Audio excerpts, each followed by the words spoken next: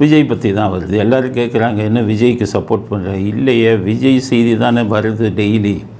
விஜய் சம்மந்தப்பட்ட செய்தி ஏதாச்சும் ஒன்று வைரல் ஆகுது. நாங்கள் எப்படி செய்தியை சேகரித்து பேசுகிறோம்னா, ட்விட்டரில், மற்ற சோஷியல் மீடியாவில், சமூக வலைதளங்களில் எந்த செய்தி வைரல்னால் நிறைய பேரால் பார்க்கப்படுகிறதோ அந்த செய்தியை தான் பேசுகிறோம். இப்போ முக்கியத்துவம் கொடுத்து சமீப காலமாக விஜய் சம்மந்தப்பட்ட செய்தி ஏதாச்சும் ஒன்று வருது. இப்போ நேற்று அந்த தணிக்கை குழு வந்து சான்றிதழை பற்றி பேசணும். இன்றைக்கி தீர்ப்பு வந்திருக்கு, பேசி ஆகணும். அதுக்காக விஜயை சப்போர்ட் பண்ணுறோம் இப்படிங்கிறதில்ல.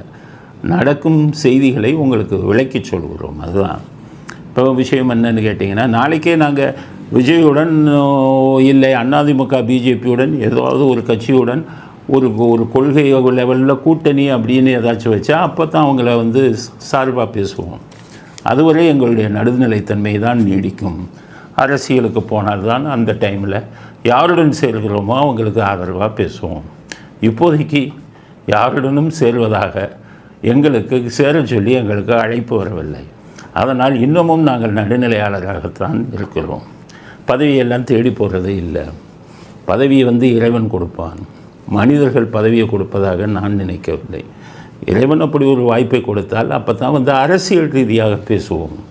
அதுவரை எங்களுடைய நடுநிலைத்தன்மை நீடிக்கும் அப்படிங்கிறது தான் முதல் கட்ட கருத்து. இன்றைக்கி தீர்ப்பு வந்திருக்கு, உயர்நீதிமன்ற தீர்ப்பு. ஜனநாயகன் படத்துக்கு தணிக்கை குழு சான்றிதழ் கொடுக்காம தாமதப்படுத்தினாங்க. 9ஆம் தேதி ரிலீஸ் நாளைக்கு போட்டிருந்தாங்க. இப்போ நாளைக்கு அதை ரிலீஸ் பண்ண முடியலை, படத்தை வெளியிட. உயர்நீதிமன்றம் தீர்ப்பு கொடுத்துட்டாங்க. என்ன கொடுத்துட்டாங்கன்னா, உடனடியாக தணிக்கை சான்றிதழ் ஜனநாயகன் படத்துக்கு கொடுங்கள். இந்த தீர்ப்பை கொடுத்தது யாருன்னு சொல்லிடுறேன். பிடி ஆஷா அவங்க வந்து ஒரு உயர்நீதிமன்ற நீதிபதி. ரொம்ப நேர்மையானவங்க. கரெக்டாக மனசாட்சிப்படி கொடுப்பாங்க. ரொம்ப மனசாட்சிப்படி கொடுப்பாங்க. யாரும் ஆட்களை பார்க்க மாட்டாங்க. அதனால் அவங்க கொடுத்த தீர்ப்பு வந்து நடுநிலைமையோடு கொடுத்துருக்காங்க. அவங்க கேட்ட கேள்வி என்னென்னா, உடனடியாக தணிக்கைக்கு சான்றிதழை நீங்கள் கொடுங்க. ஏன் கொடுங்கன்னு அவங்க சொல்கிறாங்கன்னா, 5 பேர் கொண்ட உறுப்பினர் அது. 5 உறுப்பினர் கொண்டது தணிக்கை குழு. நீங்கள் 5 உறுப்பினர்களும் முதல்ல ஒரு சில காட்சிகளுக்கு எதிர்ப்பு தெரிவித்து இதை நீக்கிடுங்க, உங்களுக்கு தணிக்கை சான்றிதழ் கொடுத்துட்றோம் யூஏ அப்படின்னு 5 பேர் கொண்ட குழு வந்து தீர்மானிச்சிட்டீங்க. அப்போ 5 பேருக்கு சொல்லி ஒத்துக்கிட்டு தானே வந்து நீங்கள் அந்த காட்சிகளை நீக்க சொல்லி அதுக்கு யூஏ கொடுக்குறேன்னு சொன்னீங்க. அப்புறம் அந்த 5 பேர் கொண்ட குழுவிலேயே ஒருத்தர் மட்டும் எதிர்த்து புகார் கொடுத்தா என்ன அர்த்தம்? உள்நோக்கம் இருக்குன்னு தானே இருக்கும். முதல்ல 5 பேரில் நீங்கள் ஏன் ஒத்துக்கிட்டீங்க? அப்புறம் திருப்பி ஒத்துக்கிட்ட ஒருத்தரே அதில் உள்ளவர் திருப்பி புகார் கொடுப்பாராம். உடனடியாக அந்த தணிக்கை குழு தலைவர் உடனே வந்து அதை வந்து மறுபரிசீலனைக்கு அனுப்புவாராம். இப்படி எல்லாம் பண்ணுன்னா அதில் அரசியல் இருக்கா இல்லையா? அதனால் அவங்க என்ன சொல்கிறாங்கன்னா, நீங்கள் தணிக்கை குழு வந்து நீங்கள் செஞ்சது தப்பு. 5 பேர் ஒத்துக்கிட்டதுக்கப்புறம் நீ உங்களில் ஒரு ஆளே புகார் கொடுத்தது தப்பு. தணிக்கை குழு தலைவர் அவர் ஒத்துக்கிட்டதை திருப்பி மறுபரிசீலனைக்கு அனுப்புனது தப்பு, சட்ட விதிகளுக்கு புறம்பானது. அதனால் உடனடியாக வந்து நீங்கள் அனுமதி கொடுக்கணும் அப்படின்னு சொல்லிட்டாங்க.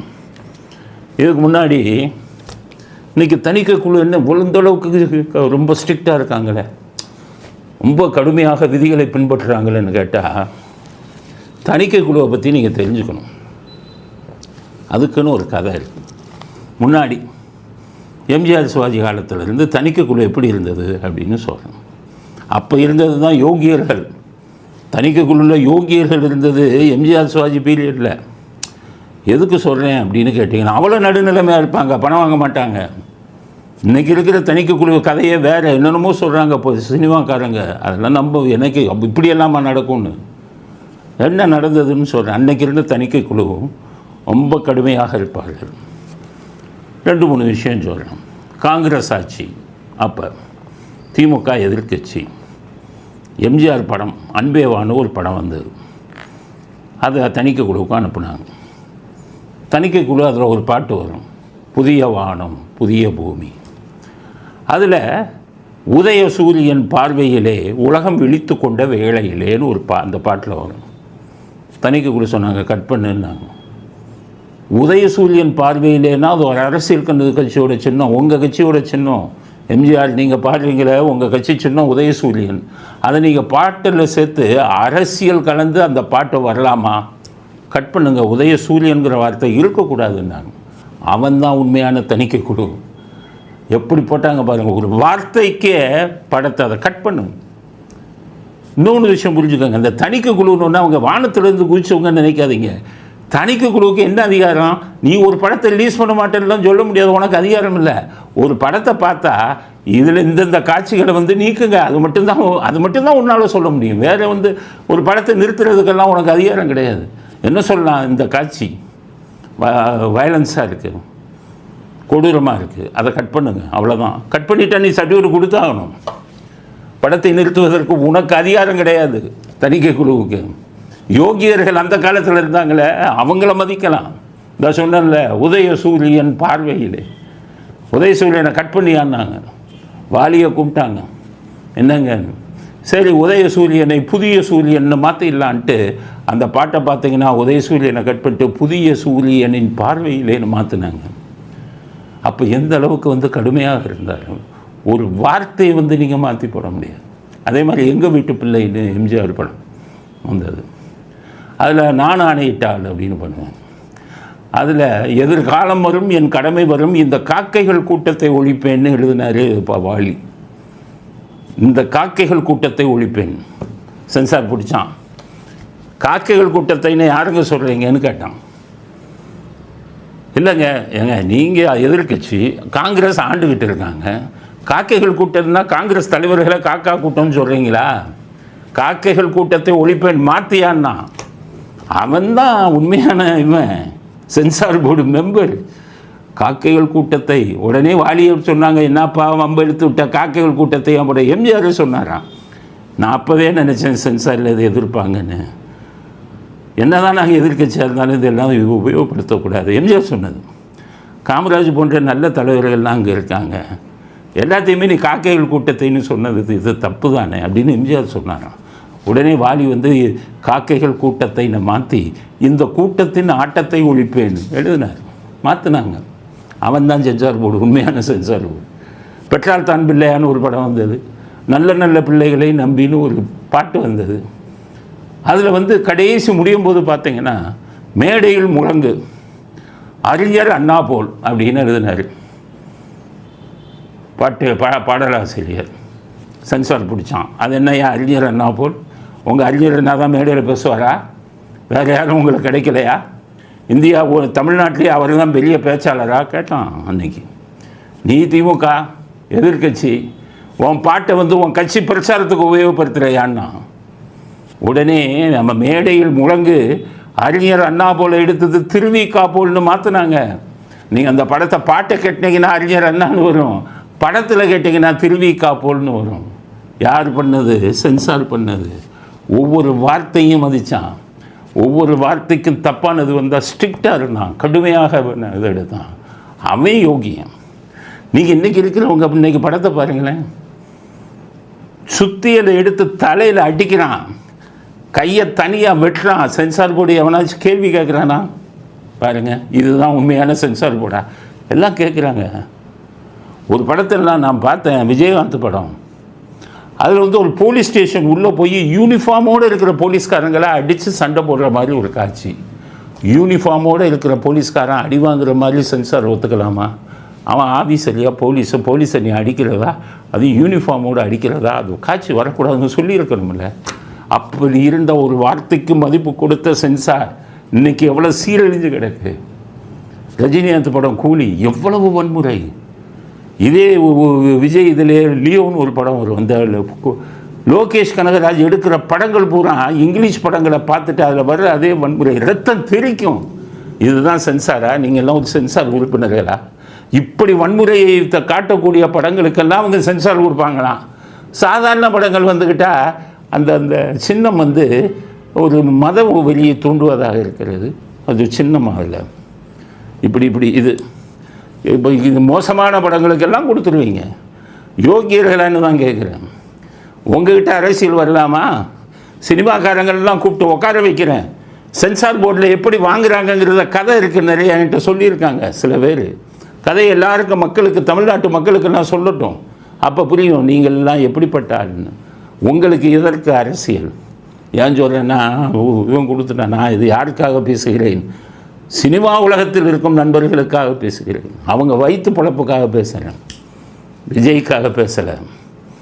விஜயும் பாதிக்கப்பட்டிருக்கிறார், எவ்வளோதான். அதனால் தீர்ப்பு கொடுத்தாச்சு, உடனே கொடுங்கங்கிறாங்க. இன்றைக்கி தீர்ப்பு கொடுத்துருந்தா நாளைக்கு படம் ரிலீஸ் ஆகிடும். உடனே என்ன பண்ணுறான், 2 மணி நேரத்தில் தீர்ப்பை எதிர்த்து அப்பீல் பண்ணுறாங்க. அப்போ இது அரசியல் இருக்கா இல்லையா? சென்சார் போர்டு என்றைக்குப்பா அப்பீல் பண்ணியிருக்கீங்க? உங்கள் இது என் வழக்கு எங்கே போச்சு? அப்பீல் ஏதாச்சும் பண்ணியிருக்கீங்களா இதுக்கு முன்னாடி? அப்போ என்ன அர்த்தம்? உதயநிதி தான் இதை போட்டவர்கள் நான் சொன்னேன். உதயநிதிக்கு எந்த அளவுக்கு செல்வாக்கு இது சென்சாரில் இருக்குன்னு திருப்பி மறுபடியும் சொல்கிறேன், பின்னாடி வரேன். உதயநிதிக்கு அந்தளவுக்கு செல்வாக்கு சென்சார் போர்டில். இப்போ சென்சார் போர்டில் அப்பீல் பண்ணுறாங்கன்னா என்ன அர்த்தம்? மத்திய அரசாங்கத்துடைய அனுமதி இல்லாமல் அப்பீல் பண்ண மாட்டாங்க. அப்போ மத்திய அரசாங்கமும் நீங்கள் அப்பீல் பண்ணுறதுக்கு உங்கள்கிட்ட அனுமதி கேட்டு கொடுத்தீங்கன்னா இந்த அரசியலில் நீங்களும் உள்ள வரீங்கன்னு தான் அர்த்தம். ஆட்சி இதில் தேர்தலில் மட்டும் அதிமுக பாஜக கூட்டணி, இந்த மாதிரி விஷயத்தில் திமுக பாஜக கூட்டணியா? இந்த மாதிரி விஷயத்தில் அதுதான் கேட்குறேன். அப்பீல் போட்டாங்க, 2 மணி நேரத்தில் ஸ்டே கொடுத்துட்டாங்க. அவர்கள் பதிலளிக்க ஏன் அவகாசம் கொடுக்கவில்லைன்னு கேட்குறாங்க ஜட்ஜி. ஸோ இதை கொடுத்துட்டாங்க, ஸ்டே. ஸோ உயர் நீதிமன்ற தலைமை நீதிபதி பெஞ்ச் இதை விசாரித்தாங்க. அவங்க என்ன கேள்வி கேட்டிருக்காங்க, அவர்கள் பதிலளிப்பதற்கு ஏன் வாய்ப்பு கொடுக்கவில்லை? இப்போ நான் ஒரு வழக்கறிஞராக சொல்கிறேன், வாய்ப்பு கொடுக்கவில்லைன்னு எப்போன்னா, எங்கள் பக்கம் கேட்காம நியாயத்தையே கேட்காம தீர்ப்பு கொடுத்தால் அதுதான் வாய்ப்பு கொடுக்கவில்லைங்கன்னு சொல்லி நாங்கள் சட்ட பிரச்சனையாக கொண்டு வருவோம். ஆனால் இப்போ நானே போய் ஆர்கியூ பண்ணிட்டேன்னு வைங்க, விவாதிச்சிட்டேன், எழுத்துப்பூர்வமாக கொடுக்கல அப்படின்னா அது செல்லும். ஏன்னா நான் விவாதிச்சிட்டேன்ல என் சைடு நியாயத்தை. சென்சார் போர்டு என்னத்தை எல்லாம் பேசிட்டாங்க. அப்போ அவர்களுக்கு வாய்ப்பு கொடுக்கப்பட்டு விட்டது அப்படின்னு சொல்கிறாங்க விஜய் கட்சிக்காரங்க. அது அப்பீலில் ஏற்றுக்கலை, அதனால் ஸ்டே கொடுத்துருக்காங்க. உயர் நீதிமன்றத்தில் அப்பீலில் இருக்குது. அப்பீலில் என்ன கேட்குறாங்கன்னா, என்ன அவசரம் படம் உடனே ரிலீஸ் ஆகுறதுக்கு அப்படின்னு ஒரு கேள்வி. அது சட்டப்பூர்வமாக அவர்கள் கேட்பது சரியான கேள்வி தான். என்கிட்ட நேற்று தானே வந்தீங்க, இன்றைக்கே உங்களுக்கு தீர்ப்பு கொடுக்கணுமா அப்படின்னு தான் கேட்பாங்க. ஆனால் அங்கே சட்டத்தை விட மனிதாபிமானம்னு ஒன்று இருக்குல்ல, அங்கே இருக்குது. எப்படின்னா, இந்த பொங்கலுக்கு 3 நாள் 4 நாள் லீவு வரும். படங்கள் ரிலீஸ் பண்ணுறவெல்லாம் அந்த 4-5 நாள் வசூல் லீவு நாள்னால நிறைய கூட்டம் வரும். இந்த 4-5 நாளில் பல கோடி ரூபா வசூல் வந்துடும். தியேட்டர் அதிபர்களுக்கெல்லாம் வருமானம் என்ன தெரியுமா? மற்ற நேரம் போட்டால் காற்று வாங்கும் தியேட்டர். ரஜினிகாந்தன், கமலஹாசன், விஜய், அஜித், இவங்க 4 படம் வந்தால் தான் தியேட்டருக்கு வரவங்க மகிழ்ச்சி ஆவாங்க. காரணம் அதில் பல லட்சம் அது படங்களில் சம்பாதிப்பாங்க. அதுவும் இந்த மாதிரி பொங்கல், தீபாவளி, விடுமுறை டைம். அதனால் ஏன் அவசரம் அப்படின்னு நீதிமன்றம் கேட்பது சட்டப்படி வேண்டுமானால் அது சரி. ஆனால் சினிமாவில் இருப்பவர்களுக்கு அதுதான் பொழப்பு. அந்த நேரத்தில் வரக்கூடிய படங்கள் தானே அதிக வசூலை கொடுப்போம். அதுக்காகத்தான் அவங்க அவசரப்படுறாங்க. அப்படி ஏன்னா தணிக்கைக்குழு 2வது கேள்வி என்னென்னா, நீதிமன்றம் கேட்டது, கடைசி நேரத்தில் நீங்கள் தணிக்கை குழு சர்டிஃபிகேட்டை வாங்காமல் ஏன் டேட்டு போட்டீங்க, ரிலீஸ் டேட்டுன்னு கேட்குறாரு ஜட்ஜு. அதுவும் அவர் சட்டப்படி கரெக்டாக கேட்குறாரு. அவர் கேட்பது ரைட்டு. தணிக்கை குழு சர்டிஃபிகேட்டை வாங்கலை, அதுக்குள்ளே எப்படி நீ டேட்டை ரிலீஸ் பண்ணுவேன் அப்படின்னு. அதுக்கு காரணம் என்னென்னா, இந்த தணிக்கை குழு அதிகாரிகள் பூரா லஞ்சம் வாங்குறவங்க. இவங்களுக்கு என்ன நம்பிக்கை தெரியுமா? அது கடைசியில் அவங்க அட்ஜஸ்ட் பண்ணி வாங்கிடலாம். நான் சொன்னேன், எம்ஜிஆர் பீரியடு, சிவாஜி பீரியடில் இருந்த தணிக்கை குழு அதிகாரிகள் இல்லை. இன்றைக்கெல்லாம் அவங்க பணத்தை கொடுத்துட்டு போஸ்ட்டை வாங்கிட்டு வர்றதா சொல்கிறாங்க. எல்லார்ட்டையும் பணம், சினிமாக்காரங்கிட்ட பூரா நட்பு, இவர்களுக்கு கவனிப்பு, அப்படி தானே போகுது. அதனால் அவங்க என்ன நினச்சாங்க, அப்போ அவங்க பணம் கொடுத்துருவாங்க, கடைசி நேரத்தில் வாங்கிக்கலாம். அது கூட அவங்களுக்கு அதிகாரம் இல்லையே. இந்த காட்சி இல்லைன்னா அந்த காட்சி எடுத்துட்டா நீ கொடுத்தாகணுமே. நீ போட்டு கோர்ட்டில் வழக்கு போட்டு எல்லாம் பண்ண முடியாத. சரத்குமார் கேட்குறாரு, என்ன இது புதுசா, தணிக்கை குழுவில் இந்த மாதிரி பிரச்சனை படங்களுக்கு வந்தது இல்லையா அப்படின்னு கேட்க. அவர்கிட்டே கேளுங்க, எந்த படத்துக்கு வந்ததுன்னு தெரியாது. அவங்க வேலையை பார்த்துட்டாங்க. சென்சார் போர்டு இப்போ தான் ஒரு படத்தை நிறுத்துறாங்களா, எவ்வளோ படத்தை நிறுத்திருக்காங்க. ஆர்சி அப்படி கிடையாது, தொடர்ச்சியாக தக்லைஃபுக்கு பார்த்தீங்களா, தக்லைஃபுக்கு நடந்துச்சுல்ல. அதுக்கு முன்னாடி அவர் நடித்த படத்துக்கே வந்து ஜெயலலிதா அம்மா பார்க்க போனார்ல, கை கட்டி நின்னாரு ரோட்டில். அப்போ வந்து அதுக்கு தான் போய் நின்றுட்டு இருந்தாரு. அப்போ இதெல்லாம் நடக்கிறது வந்து it's not political. Everything you take it as political. என்னென்னா காந்தி பிறந்த மண்ணுன்னு விஜயகாந்த் படம், அது தணிக்கை கொடுக்க மாட்டேன்ட்டாங்க. கேட்டால் என்ன சொல்லிட்டாங்க, படத்தில் நிறைய வன்முறை இருக்குது, அதை காந்தி பேரை அவங்க உபயோகப்படுத்துகிறாங்க அப்படின்ட்டாங்க. அப்போ அந்த பிரச்சனை பெருசாகும்போது கே சுப்பிரமணியம்னு இன்றைக்கும் மிகப்பெரிய சீனியர் வக்கீலாக இருக்கார், எம்ஜிஆருடைய வக்கீல். அவர் தான் அந்த இதுக்கு வந்து விஜயகாந்த் சார்பாக போய் ஆஜரானார். நிஷார்னு ஒருத்தர்.